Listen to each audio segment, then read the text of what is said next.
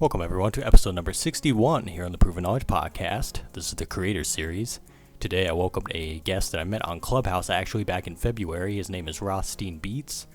Today, we talked about his move from Vegas, which was his hometown, to Virginia, where he made many musical connections in the industry and everything. And he talked about starting his label called Casino Gang and having artists, I think he said 3 artists signed to him. And he said he has a lot of music he's been working on with them coming up that will be coming out starting at the end of this month, which I'm looking forward to. But most importantly, we talked about Rothstein's Clubhouse room, which is called Music Networking No Egos. And that's actually the room where we connected on originally back in February when I joined Clubhouse. And I think the real cool thing I've always found about Rothstein, especially just being in that room, is that he's a very genuine guy. He's a very giving person. He gives a lot of his time to artists. To really just anyone. Doesn't matter, what level or stage of their career, they are at. He doesn't really care. He's all about plugging people and making connections with people and just helping people out. So, I knew I had to get him on this show. And without further ado, let's get into the episode. Welcome, everyone, to episode number 61 here on the Proven Knowledge Podcast. This is the Creator Series. Today we have a really incredible producer.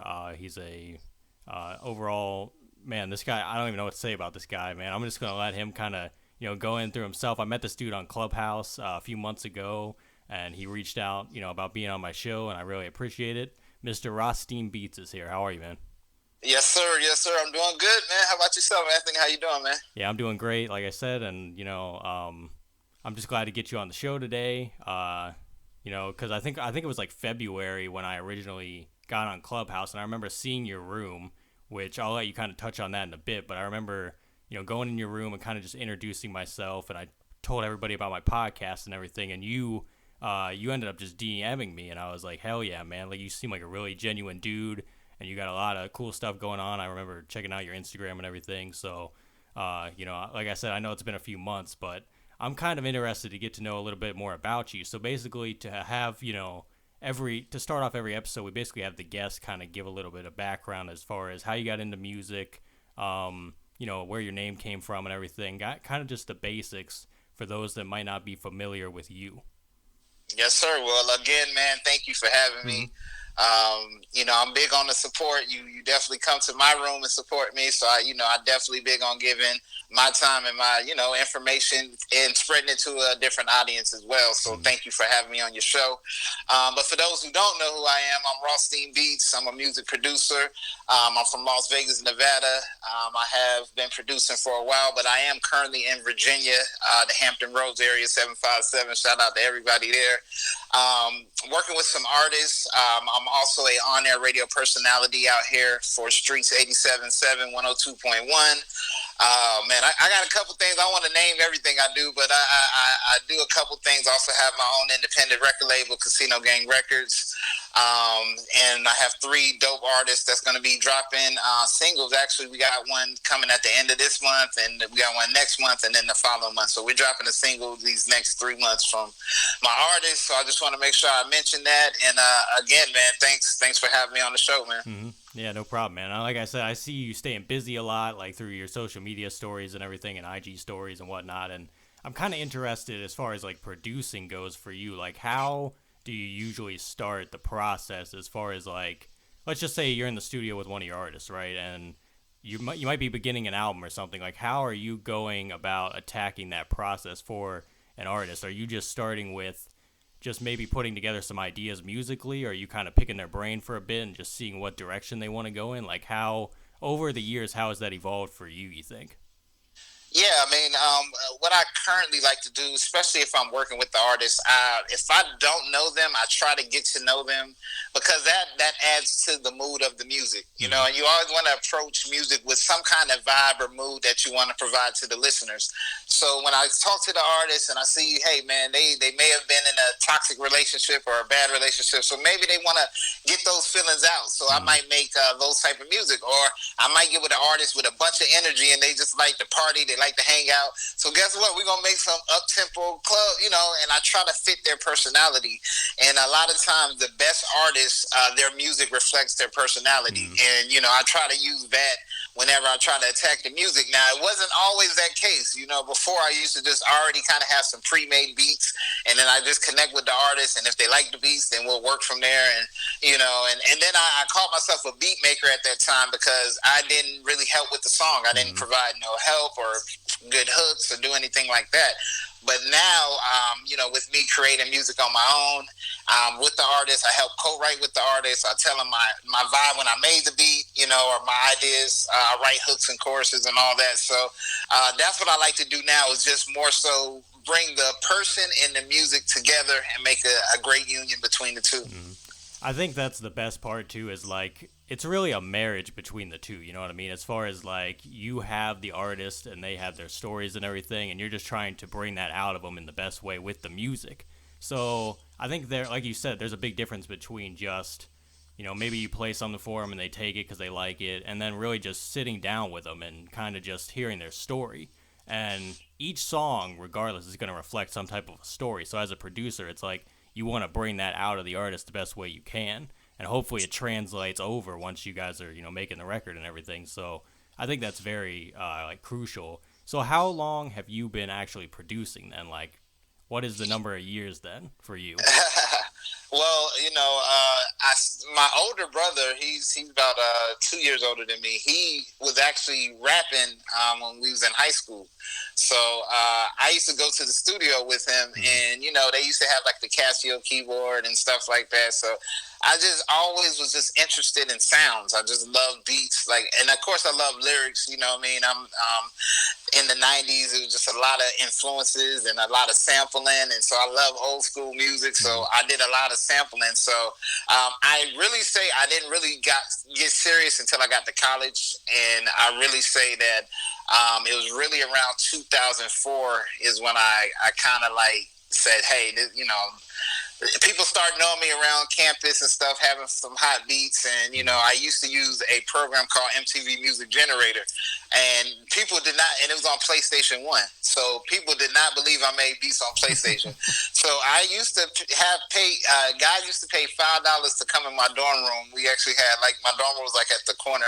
And they would pay $5 to come in here and listen to my beats. And so they were like, no, ain't no way. I was like, all right, well, come in here. And then next thing you know, it just was like the thing I used to do around campus. And so I say all that to, somehow it got word to my speech teacher. She was like, hey, I got this music program that I do, and I hear around campus that you're, a dope, excellent producer. So I want you to, get with this guy. He ended up being Chad Hugo's cousin from the Neptunes. He never told us that. I found out years later that he was, but he was a dope musician himself. So he taught me the MPC 2000 and the Triton and a bunch of sound modules and stuff. So that was 2004, and that was really the time when I really got, understood scales, tempo, BPMs, all that stuff around that time. So I say the beginning was 2004, but 2006 is really when I got my introduction to the music business. It's funny you mentioned the MTV Generator, because I know I've heard of some other producers that started on that. I know Curtis King is one of them. I listen to his podcast, and he says that all the time. He's like, I started on the Generator. He's like, people were like making fun of me, like clowning me, but he's like, it really helped me kind of learn the basics. And then I went up to like FL Studio and all this other stuff. So like, I've definitely heard that one before, so that's kind of cool. But that's also very cool about like Chad Hugo's cousin and everything. How kind of like that kind of led, one thing kind of led to another, and then like here you are now doing all the things you're doing. So man, I didn't even know, like it of course back then I was just excited to be around it. I just was so interested in it, and the song that I always credit to make me become a producer was Outkast Elevators. And it was just something about the bass line and the snare that I was like, how did they make this beat? And I remember listening to the instrumental, and then I got with people who actually made beats, and they kind of broke it down to me about the bass line, about, everything like that. So it's just, education just number one is what I always tell artists. Just learn about music if you're trying to get into it. Yeah, so Outkast, that's a great example, right? So who else besides them would you say was a huge influence on you, maybe even growing up to like your childhood? Like, who did you listen to like in the house, like that you were, when you heard them, you were like, man, I eventually one day I got to do like music like them? Oh man, I definitely remember my parents playing the old school '70s music. So James Brown's, the Marvin Gaye's, and then on to Michael Jackson and Prince, and just like being my dad was a big music collector, so he had a lot of records. So I definitely credit him as well. My father being a big influence of just showing me all type of music. You know what I mean? And then I got into Wu Tang and listened to RZA and Knots and Bink and then Kanye and then just throughout the years just seeing how music just evolves. From me growing up as a kid to now participating and being a part of it. So just anyone who just Jay-Z, a lot of artists come to mind. So but I also love other genres as well. So all those help create a unique sound for me because I pride myself on not having my beat sound the same. So a lot of once you start to hear a little bit more of the professional stuff that's getting ready to come out, you'll see that it's gonna be like, oh, you made that too? Oh, you made that? It's I like to have versatility. Dude, producers with versatility and like diversity, that's the best producers to me. The ones that like they'll make some hardcore hip hop. And then the next minute they're doing like pop or they're doing R&B or something. It's like, wait a minute, like that's the same person. It's like I love that. So I'm looking forward to seeing what you can come up with for sure. And you're only the second person to mention Knots as one of your influences. He's dope, man. Like all the stuff he's done for Pusha T, that's like my favorite stuff ever. Alone in Vegas, that's like my favorite Pusha T song. Man, come on, that man. Beat slaps, dude. And I got to thank, I want to shout out my guy Moon because he was the guy who actually brought me to meet Knots. And Knots is now someone I call a big brother, a mentor. So, like you said, listening to him and Busta Rhymes, what he did with Busta Rhymes. And I mean, come on, Jay Dillis. I mean, it's a lot of dope producers. So they help raise me. And I tell them that all the time. If it wasn't for these guys, I would not, be as where I'm at with it. That's super awesome, man. So I know you said that you're from Vegas. Now you're in Virginia. I'm curious to know kind of what led you to make that move. Was it about connections? Was it about family, personal? Like, what was the real reason for that? Well, it was definitely both. It was actually both. I did go to college in Virginia. Ironically, I went to Norfolk State University. I left Norfolk State, went back to Vegas, where I after school, I was out there trying to figure out what I was going to do with myself, working jobs. I ended up meeting a guy who's really like my brother. I ended up meeting out there, and he became my manager. He was like, man, your beats were so dope. I started rapping, which was so funny because I had so many beats. I started coming up with concepts and flows myself.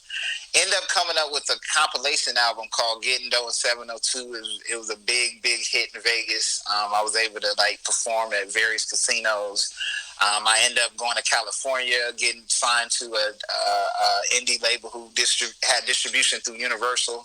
So I was on Spotify back in 2009 as one of the first kind of digital downloads. So it's crazy to see where the game's at now. And so so I had stuff. A lot of people don't know I did that back in the day because I really just kind of stuck to. I'm a producer at heart, but I somehow they was Kanye. They thought I could be like the next Kanye West at that time. But then I had my mother ended up passing away. So I ended up stopped doing music altogether. I became a father, so that also, took precedence over my music career. But I was still making beats. I was still working, working with a lot of independent artists, people over in England, all type of stuff like that. No one that was really big, but it just they kept me working. They kept buying beats, so it kept me working. Then fast forward to my son being in Virginia. So I said, hey, I was either going to stay in Vegas or I was going to go to Virginia to be a father. So I made the move to Virginia during one of the heights of my careers, but it was still like the best thing that I did was move to Virginia, got set up out here, met a bunch of amazing people, and just been, working from here and now. And I'm from Clubhouse to where I'm at now. So yeah, that's super awesome, man. And I know, for example, the Casino Gang, name and everything, I assume that's influenced by Vegas. So yes, sir. How did that whole thing come about, the record label and kind of the artists you got under you? How did that whole thing get started then? Yes, sir. Well, I got to shout out my friend Frankie. He's a professional gambler in Vegas. He told me years ago when the New England Patriots was playing the Giants, and so he said, "Hey, they didn't call me Rothstein at that time. You know, they called me Stutter at that time. He's like, hey, take all the money you got and bet on the Giants." And I'm like, "There's no way the Giants gonna beat the Patriots. There's no way." He's like, "Trust me." He said, "Whatever you lose, I'll give it back to you." I was like, "Oh man, he must know something." So I remember I had like almost $3,000 that I put down on them. As you know, they won. The payout was amazing. So I one day was wearing a suit, nice tailored suit. I had some shades on, and I was walking the casino. I was walking in the Bellagio with my cigar, and they was like, one guy was like, "Man, who you think you are, Sam Rothstein?" And my real name is Stan. I said, "Nah, I'm Stan Rothstein." They're like, "Yeah, man, you Rothstein, man. I like that. I'm gonna call you Rothstein from here on out." And Casino is one of my favorite movies. You know, I went to the house and everything. I love the movie, so. Casino, of course, Rothstein, and then Casino. So I put Casino Gang, you know what I mean, to tie in with the Rothstein. So it all ties into that. I got something big that's going to be dropping next year. That's going to kind of give it, you know, a little bit more background on the Casino Gang and how it started. So, you know, a lot of Vegas things. But Virginia is also my home. I always rep Virginia as well. Yeah, that's kind of cool to see how it all kind of tied together in that way too. So that's really awesome. So yes, sir.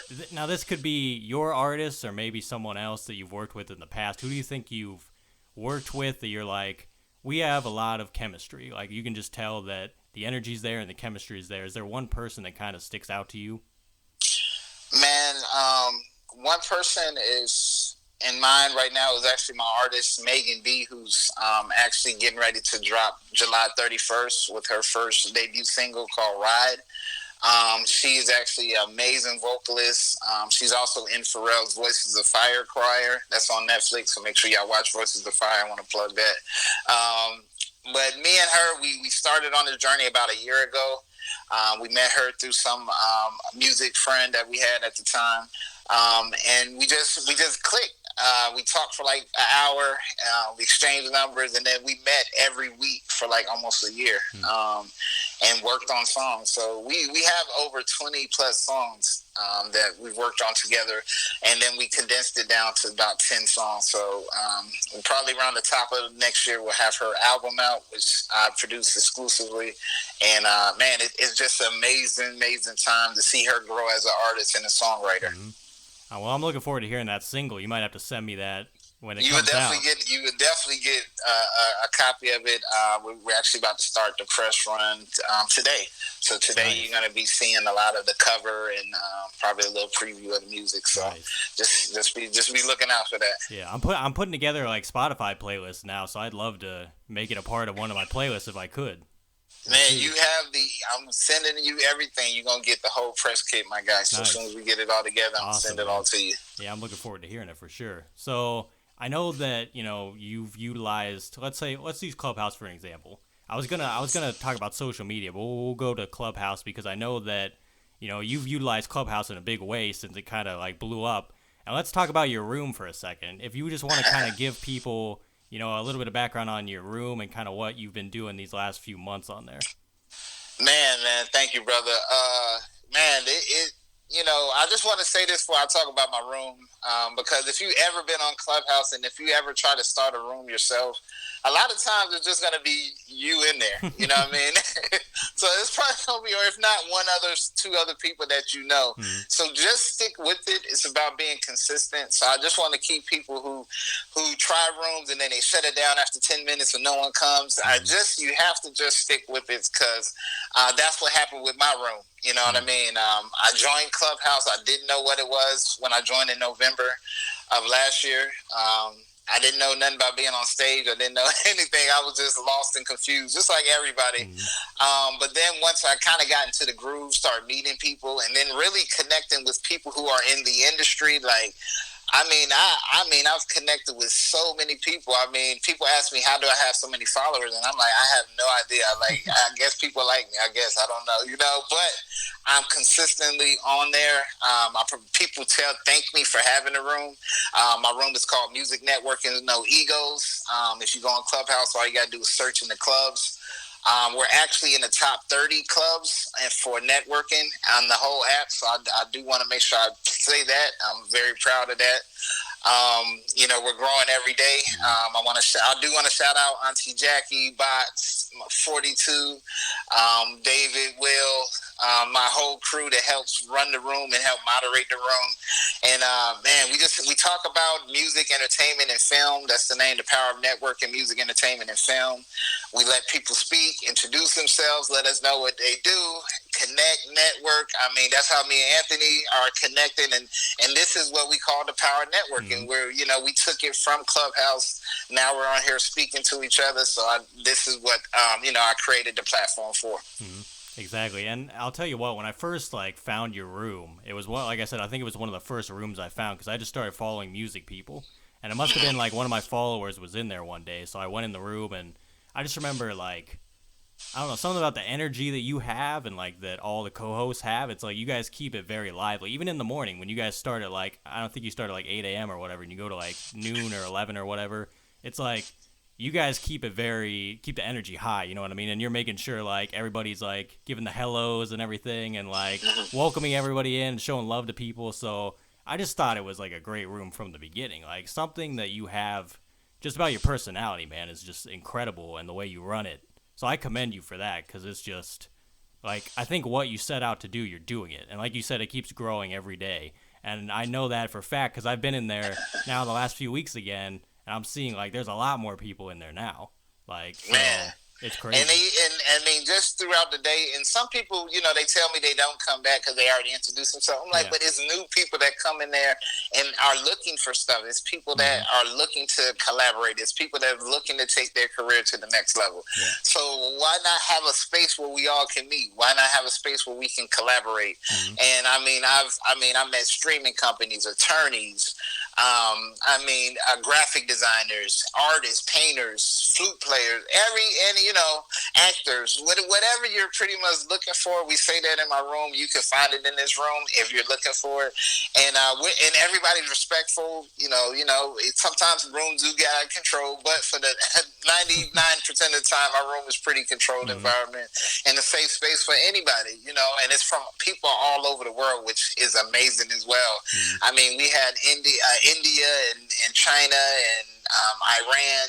You know what I mean? It's just in this room, we're all just in here talking and sharing ideas and meeting each other and getting to know each other. And I think that's the super dope about it. Yeah. So. And I love, like you said, it expands beyond music. There's artists, there's videographers, there's people in there that have done music videos for huge artists and things like that, and they'll come in and introduce themselves, and you'll be like, oh, I didn't even know this person existed. I didn't know that even their job description was a thing, and then you'll find them and connect with them. I think I even connected with Irko on there. I think you know Irko. I connected with him on there, and he's going to be on the podcast a couple episodes before this, so we already had our conversation. So, that's dope. And that was in your room, so I got to thank you for that, man, for sure. Hey, man, that's what I'm telling, the power of networking. Get in there, meet somebody, whatever you do. We're all here to help each other with different platforms. Irko's a great, great guy. When his studio's built, he already invited me to come out. So, I mean, that's it's so amazing because you can go to different places and have people that really feel like friends. Because you do talk almost every day. I speak to these people literally every day. So, you get to know people. Yeah, exactly, man. And like I said, great job on the room and keep it up, bro. For real. Thank you, man. Thank you. What you're doing is very important to me and to a lot of other people. So that's awesome. So you mentioned your artist, Megan, and you're doing that album and everything. What else can we expect music-wise coming up? Probably at least, let's say, the next 6 months before 2022 comes up. Man, we got some big releases coming up. It's some people that it's an artist that I can't say until the paperwork is done because I don't like to jinx myself. Yeah. But if this artist gets on this record, then you'll hear my name. It's gonna be, it's gonna. I mean, I got some big things going on anyway. But this artist, this song, I'm very proud of when they do come out. Mm-hmm. But I'm also working with Brandon the Brain. He's an artist as well as mine. He's from Virginia Beach as well. Amazing male vocalist. We're gonna be trying to we're bringing R&B back with some of his music, some soul music. I also have my sister, who I've been grooming since she's been young, and now it's time for her to finally release her song, which will be coming in September. I have a beat tape that's going to be dropping sometime this month. I'm surprising the people with the release. It will be dropping this month, called 1979 El Dorado. So it's based off of when Sam Rothstein car got exploded. You know what I mean? Like, I'm bringing the heat to your speakers, going to blow your speakers out. So that's the motivation for that. And then I also gonna be working on some movie soundtracks as well. I got a company that they're having a movie that they're working on, so I'll be providing some soundtracks for that, and sync licensing opportunities. So it's a lot of different things that I thank Clubhouse for, because it's a lot of people interested in hearing my music. They're looking for new music. They're looking for fresh music with new producers. So I'm looking to make my splash in these next coming months. Actually, starting this month, you're gonna start hearing what I got coming up. Love it, man. Absolutely love that. So if you could go back 10 years ago, maybe give yourself a piece of advice, or maybe not change anything at all, what do you think you would do? I would tell myself, open your mouth and network. Don't be afraid. Don't just be such a studio rat. And I felt like I was working on my craft, but I also missed out on opportunities that I probably could have been a little bit more further ahead in my career. But I decided to more so kind of just stick in the studio instead, because there'll be events going on and networking events. But a lot of us creatives are more so like, we kind of like to be by ourselves sometimes, and just want to stay in the creative process. But you do have to do the business side, which is create relationships with people. So I'll tell this to any young and up and coming producers: get out and meet people, go on Clubhouse, develop relationships. Sometimes the relationship may be 2 years from now. You might have something that can change your life.